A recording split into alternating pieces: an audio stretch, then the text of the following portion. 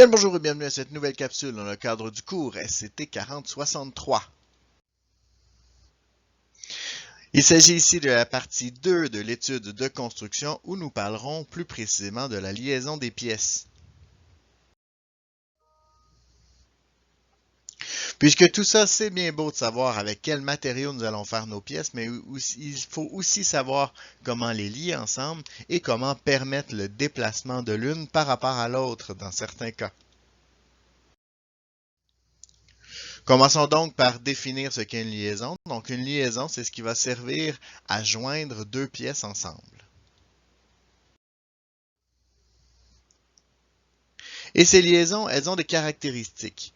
Donc, ici, nous allons les voir les 8 différentes caractéristiques liées à la liaison en nous posant certaines questions. Et la première question est la suivante. Est-ce qu'une troisième pièce lie mes deux pièces ensemble ou est-ce qu'elles sont jointes directement? S'il n'y a aucune pièce qui lie les deux pièces ensemble, on peut penser par exemple aux manches et à la roulette qui nous sert pour enlever les poils de chat.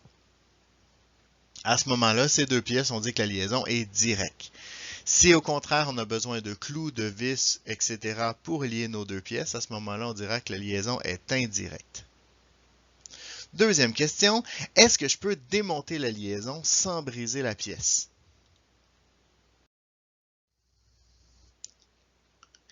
Si oui, on dira que la liaison est démontable. C'est le cas par exemple des vis ou des vis avec les boulons qui sont très faciles à démonter sans rien briser. Sinon, on dira que la liaison est indémontable. C'est le cas par exemple d'une soudure ou de la colle où on doit vraiment briser la pièce pour la démonter. Dans certains cas, on va vouloir que la pièce soit démontable puisqu'on va vouloir la démonter pour en faire l'entretien par exemple. Mais dans certains cas, ce n'est pas nécessaire que la pièce soit démontable. Donc à ce moment-là, on pourra utiliser une soudure ou de la colle. Troisième question, la pièce permettant la liaison peut-elle se déformer?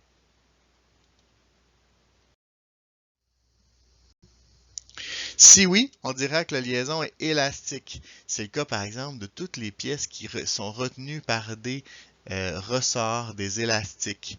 C'est le cas par exemple de la suspension après le vélo, mais on peut aussi penser aux piles de la manette de télévision qui sont retenues par un ressort. Sinon, on parlera d'une liaison rigide. C'est le cas par exemple des pattes et de la table, qui sont retenues généralement par des vis. Dernière question, la liaison permet-elle à la pièce de bouger? Si oui, on dira que la liaison est partielle. C'est le cas pour la roulette pour couper la pizza, donc où on peut permettre la rotation de la lame pour que l'objet fasse bien son travail. Sinon, on dira que la liaison est complète. C'est le cas, par exemple, des pattes d'un banc avec le banc qui, heureusement, ne permettent pas le mouvement parce que sinon, on se retrouverait assis par terre.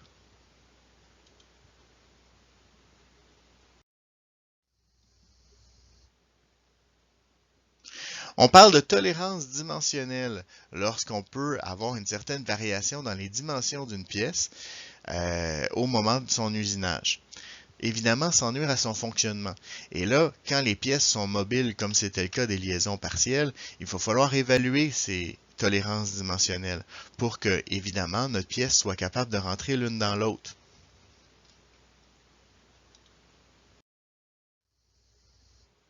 Évidemment, pour une pièce partielle, on va commencer à parler de degré de liberté, parce que si le mouvement est permis, il n'est pas permis nécessairement dans tous les sens et de toutes les façons. Donc, on a trois questions à se poser lorsqu'on parle du degré de liberté. Le premier, c'est le type de mouvement. Ensuite, on a l'amplitude du mouvement et le sens du mouvement. Donc, quand on parle du type de mouvement, il en existe trois types, la rotation, la translation et le mouvement hélicoïdal. Lorsqu'on parle d'un mouvement hélicoïdal, on parle évidemment c'est un peu comme une combinaison de la translation et de la rotation. Autrement dit, on va tourner une pièce et ce qui va lui imposer un mouvement de translation. On peut penser par exemple à une vis. Lorsqu'on parle du sens d'un mouvement, évidemment, on parle de l'axe. Donc, si par exemple, joystick après une manette de jeu peut bouger dans deux axes différents, donc peut tourner selon deux axes différents. C'est pas le cas de la poignée de porte. Donc la poignée de porte, on peut pas la tourner vers le haut ou vers le bas, c'est vraiment selon l'axe des Z, l'axe qui vient vers moi, qu'on va pouvoir tourner la poignée. C'est aussi le même principe au niveau de la translation. Donc un tiroir, on peut le tirer vers nous, donc on peut lui faire une translation selon l'axe des Z, mais on ne peut pas lui faire une translation selon l'axe des Y. Autrement dit, on ne peut pas prendre le tiroir et le soulever dans le meuble, ce qui serait un peu particulier. Lorsqu'on parle du degré d'amplitude, eh bien, on va généralement limiter l'amplitude du mouvement. Autrement dit, une porte, par exemple, ne peut pas faire, la plupart des portes ne peuvent pas faire un mouvement de 360 degrés. Elle va être limitée selon un angle qui varie généralement autour de 90 degrés, pas très loin de 90 degrés. Même principe pour un tiroir, on va lui ajouter une butée pour éviter de se retrouver avec le tiroir sur nos orteils.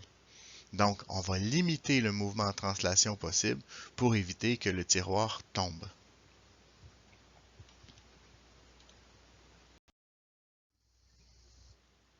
Donc, je vous parlais de différents types de mouvements, on en a quelques-uns ici, pour illustrer justement les différents axes qui sont parfois difficiles à voir. Donc, lorsqu'on parle de la rotation de la porte, l'axe est situé à la verticale, on parle donc d'une rotation selon l'axe des Y.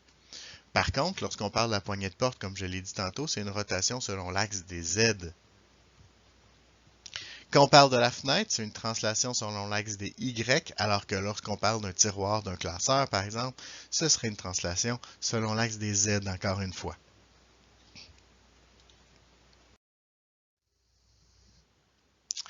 Évidemment, c'est important pour assurer le bon fonctionnement de notre objet de prévoir les pièces qui vont servir au guidage. On va se donner encore une fois l'exemple de la porte. Eh bien, si j'avais, au niveau de la porte, je vais avoir deux pièces qui vont servir de guidage. La première, c'est les pentures qui vont nous permettre d'avoir une rotation seulement selon l'axe des Y. Pensez par exemple si on avait seulement une penture, à ce moment-là, la porte aurait tendance à basculer et à s'accoter au sol. En basculant, elle aurait un degré de liberté au niveau de l'axe des Z qui ne serait pas fameux dans notre situation.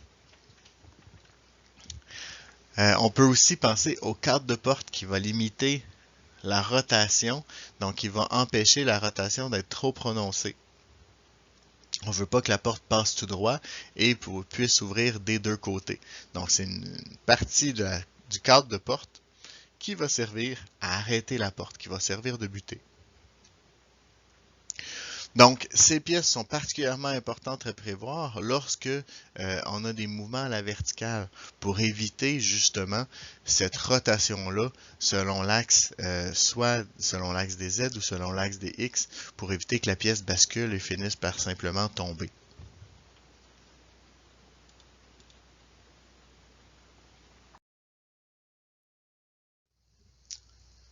C'est ce qui met fin à cette capsule, j'espère qu'elle vous a plu. Vous êtes maintenant les experts, à vous de surpasser le maître.